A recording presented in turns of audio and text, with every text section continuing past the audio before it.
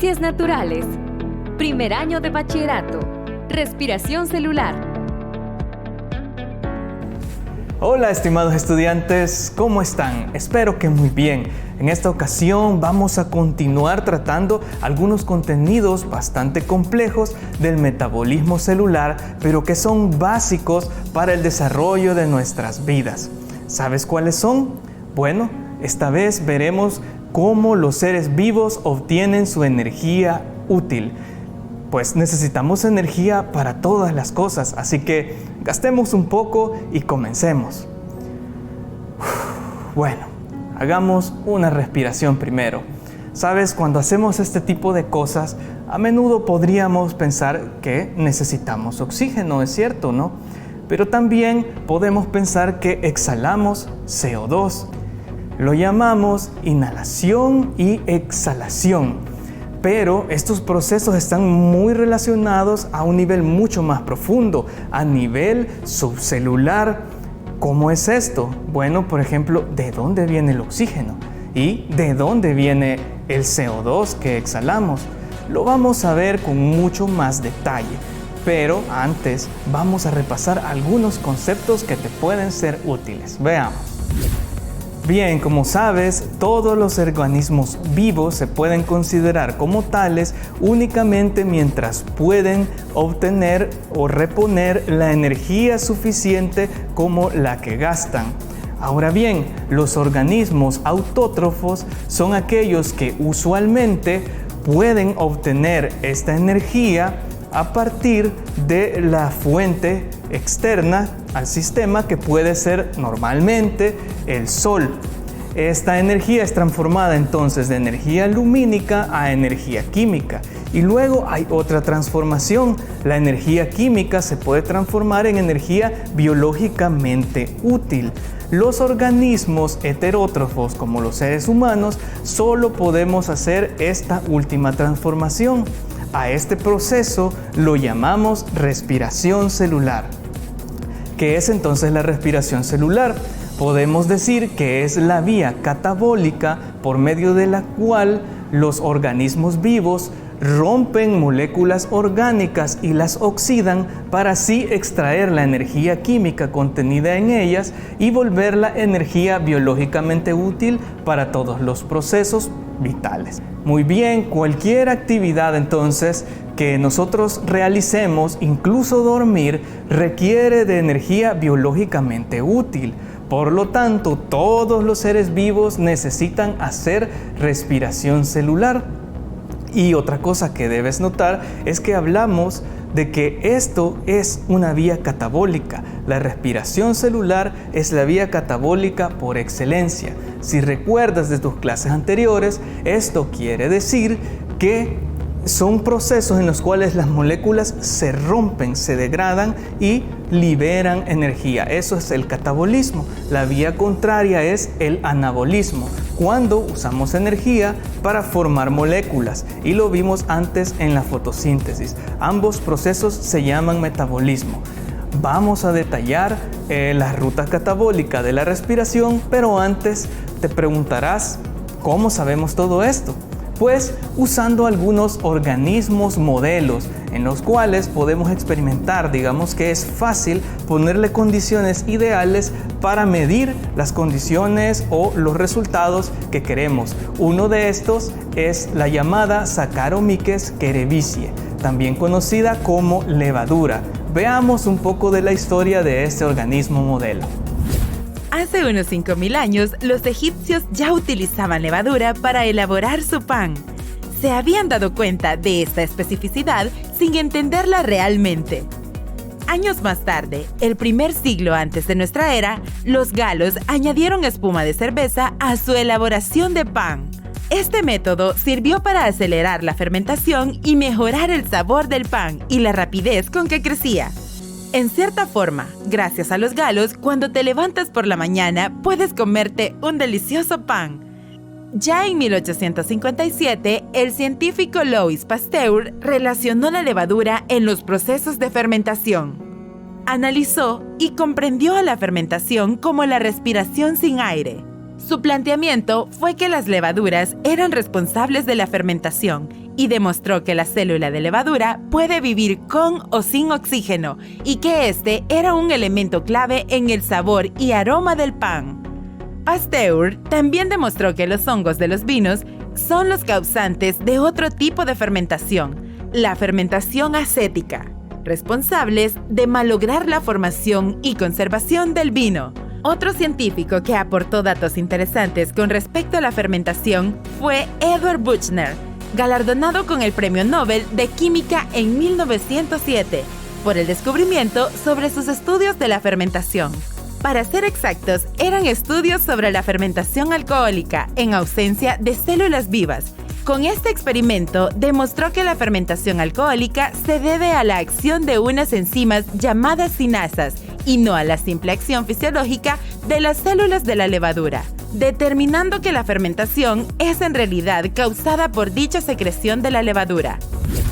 Algo que es muy importante saber es que la respiración puede llevar múltiples vías. La más común de ella es en presencia de oxígeno. En este se utiliza el oxígeno como un aceptor final de electrones para poder oxidar las moléculas orgánicas y así obtener los electrones de alta energía contenidos en ellas.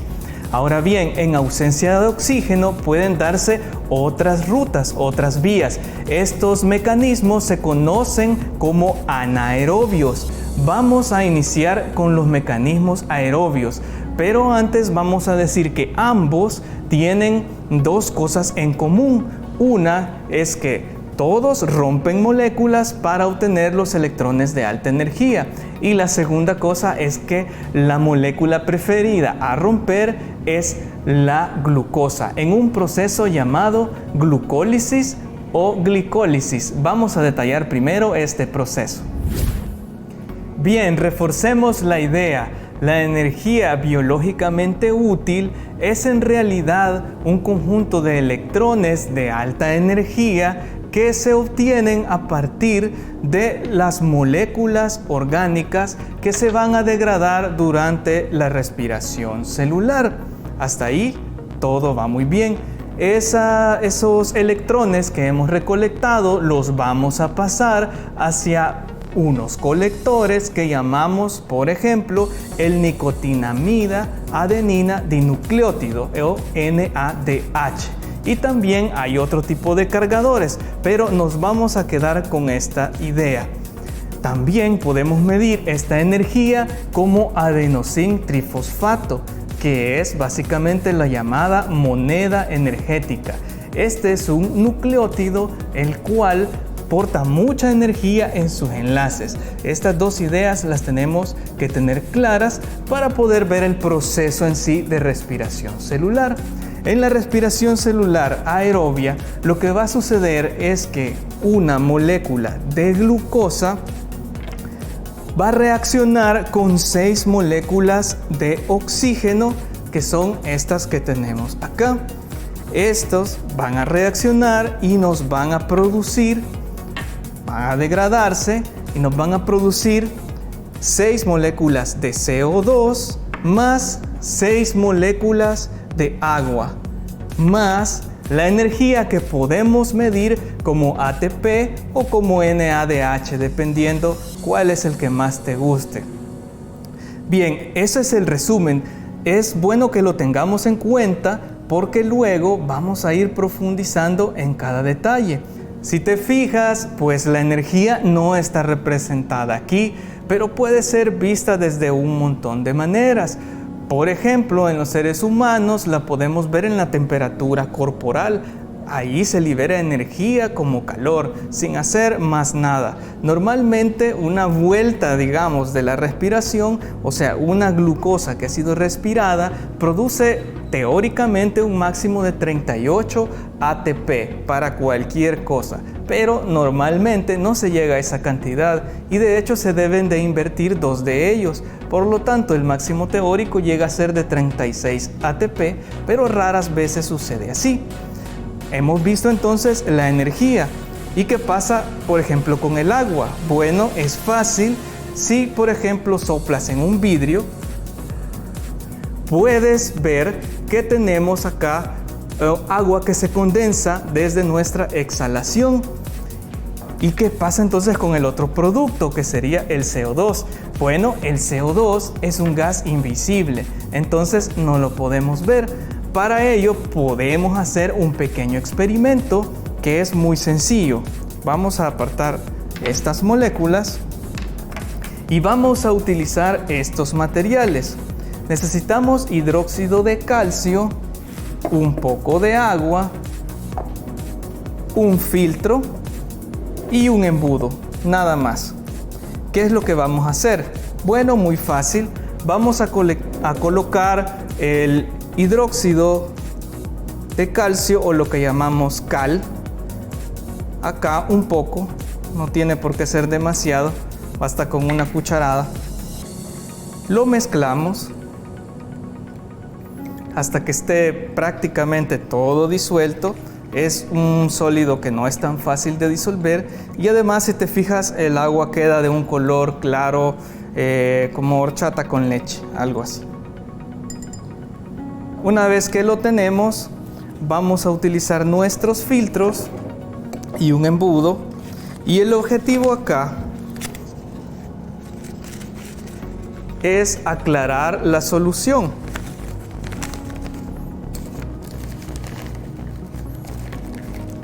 Es muy fácil, no hay que hacer mayor cosa, y la vamos a verter directamente en nuestro vaso. Este proceso probablemente sea un poco tardado, lo tienes que repetir algunas veces. Y lo ideal, pues básicamente, es que el agua vaya saliendo clara. Lo vamos a hacer, o lo vamos a repetir las veces que sea necesario, hasta que el agua parezca un agua normal de la llave. Ahora yo ya tengo uno acá preparado, donde está el hidróxido de calcio. Muy bien, ahora que ya tenemos esto, si te fijas, está ya prácticamente transparente. Lo que vamos a hacer es a soplar, y fíjate qué va a pasar en la reacción.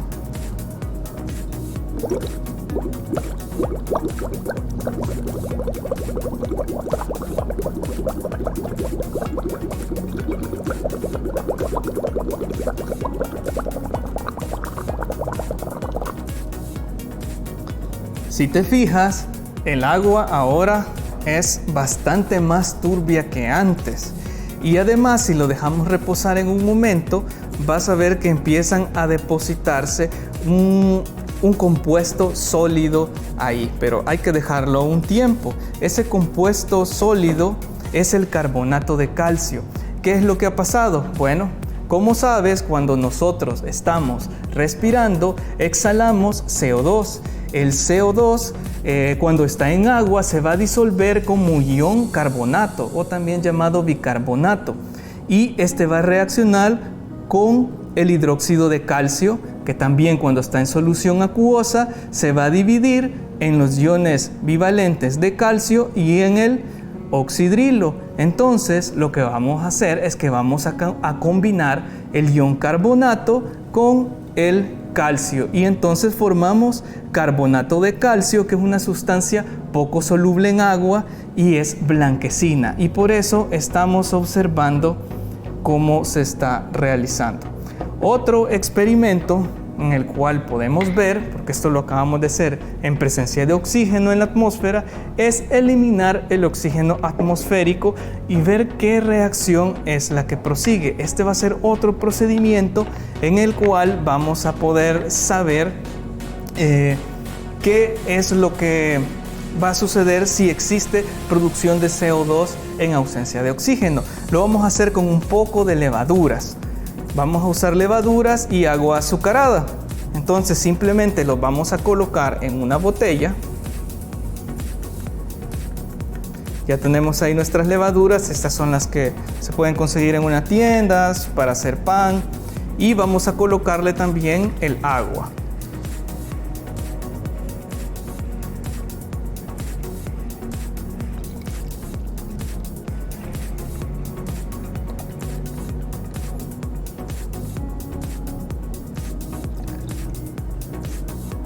Listo, ya lo tenemos. Vamos a secar. Y ahora las levaduras se van a reactivar porque estas levaduras vienen secas. Las vamos a mezclar bien. Y ahora que ya se van a reactivar, pues van a empezar a metabolizar el azúcar. Pero para que no tengan oxígeno, vamos a sellar y lo vamos a hacer con una vejiga. Este experimento lo vamos a dejar aquí porque tarda por lo menos 20 minutos en funcionar. Entonces nos olvidaremos de él un momento. Lo vamos a dejar acá. Vamos a ver el resultado al final. Y ahora que ya vimos los 3 productos de la respiración, nos vamos a centrar en el proceso detallado de cómo se libera. Para entender mejor el proceso, conviene dividirlo en 4 etapas: glucólisis o glicólisis, descarboxilación del piruvato, ciclo de Krebs y cadena transportadora de electrones. La respiración celular comienza con la glucólisis. En eucariotas, esta sucede en el citoplasma, pero existe un organelo especializado para las otras 3 etapas, la mitocondria. Es un organelo con muchas características especiales, con su propia dinámica. Igual que el cloroplasto, posee muchas membranas, una externa que la separa del citoplasma y otra interna con 2 dominios. El dominio perimetral interno, que rodea a la mitocondria por dentro, siendo muy compacto, y su contraparte es el conjunto de invaginaciones membranosas llamadas crestas. Así, hay 2 espacios, la matriz y el espacio intermembrana.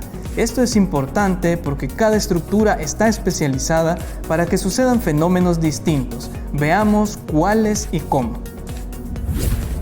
Bien, vamos a continuar con la ruta favorita, es decir, la glucólisis. En ella lo que va a ocurrir es que la célula intentará romper una molécula de glucosa como la que tengo acá. Para poder romperla vamos a necesitar unos grupos fosfato que se van a adicionar a 2 extremos de la molécula. Vamos a adicionar un grupo fosfato acá, que son muy reactivos, y otro grupo fosfato acá, lo cual en una serie de 10 reacciones catalizadas va a terminar por romper nuestra molécula de glucosa en 2 moléculas de 3 carbonos que llamamos piruvato. Esto, como ya viste, necesitó de 2 grupos fosfato, es decir, que hubo que invertir 2 ATP. Pero el rompimiento de la molécula implica la liberación de energía suficiente como para 4 ATP. Por lo tanto, se dice que en esta fase la ganancia neta es de 2 ATP.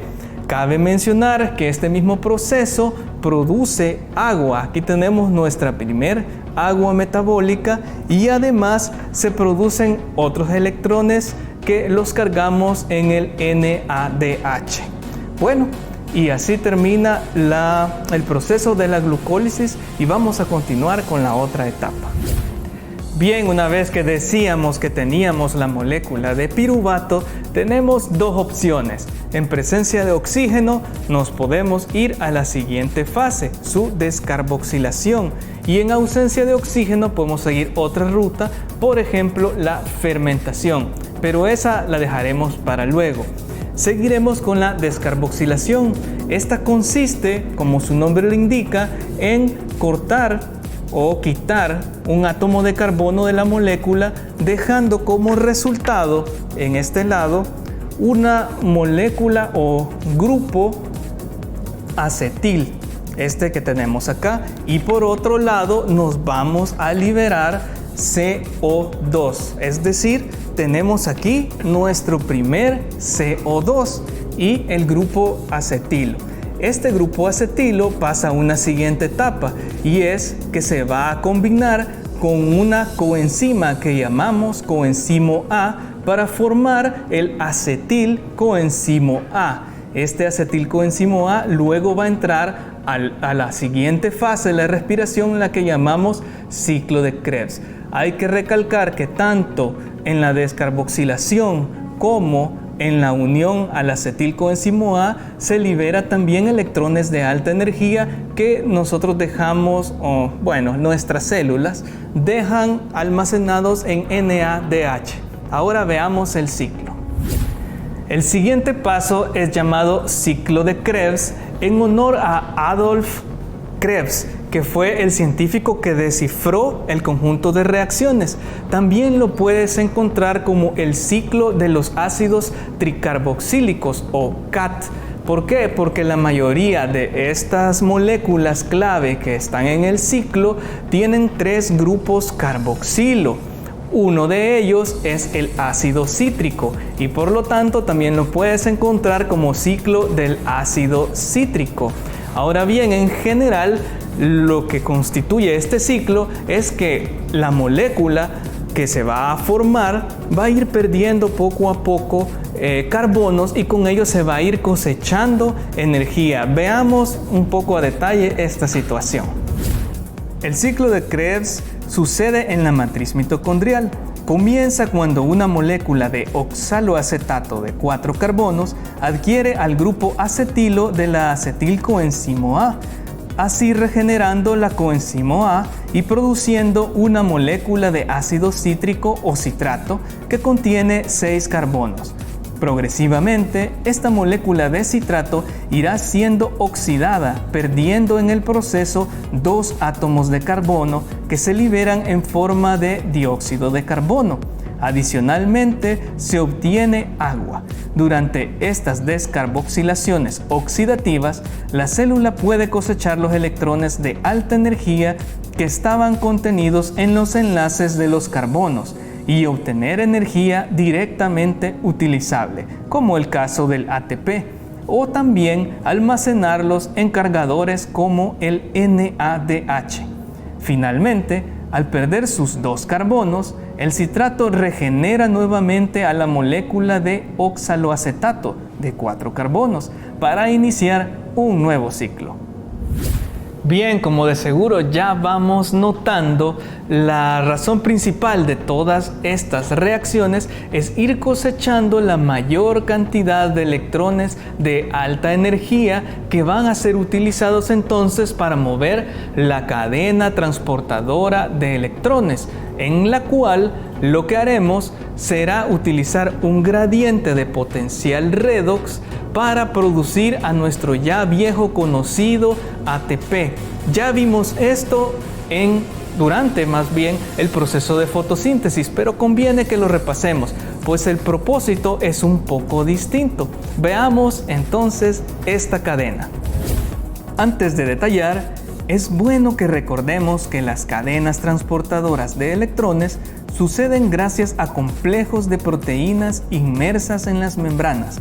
En este caso, hablamos de los complejos 1 a 4 más la ATP sintasa, ubicados en las crestas mitocondriales.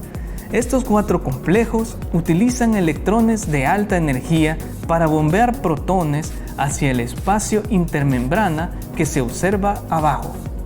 Cuando se acumula suficiente cantidad de ellos, se deja pasar el flujo para ensamblar ATP a través de la enzima ATP sintasa. Esta es toda la finalidad de la respiración celular.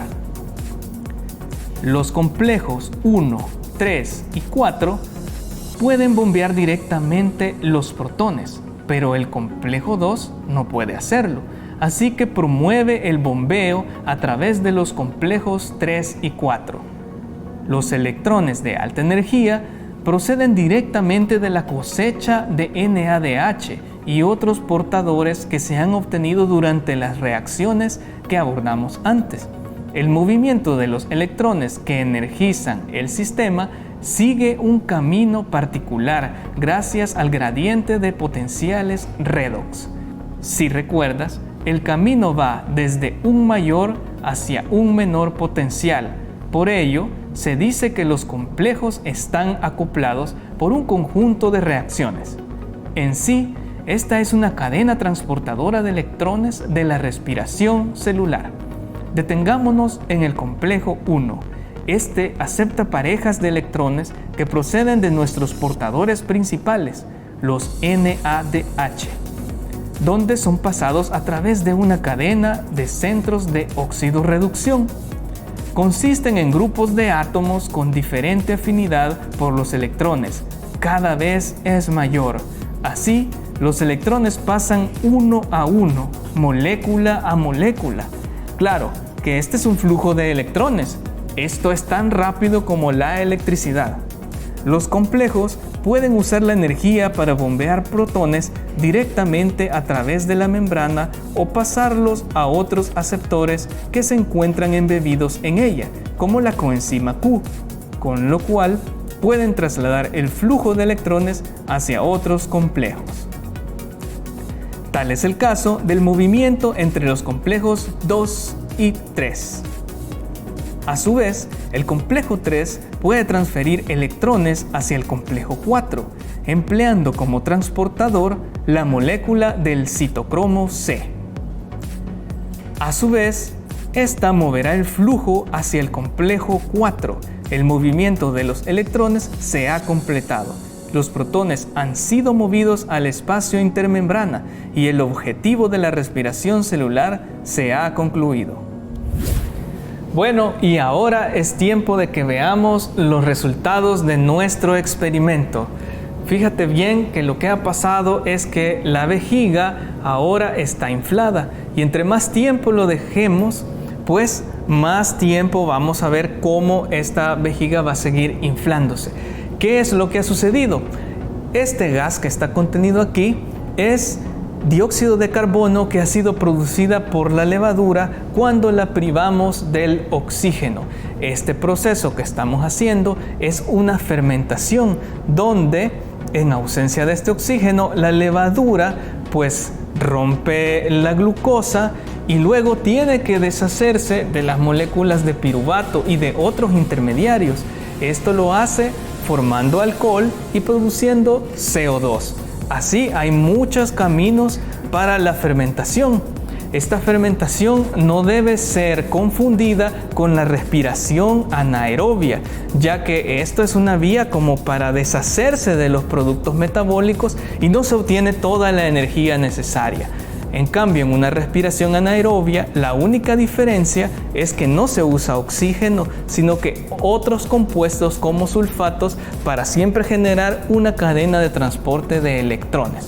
Ahora, esos procesos son raros, pero hemos visto hasta ahora todos los procesos en general de cómo los seres vivos obtienen energía. Así que, bueno, es tiempo de despedirnos. Por favor, continúa manteniendo tus medidas sanitarias y continúa aprendiendo en casa.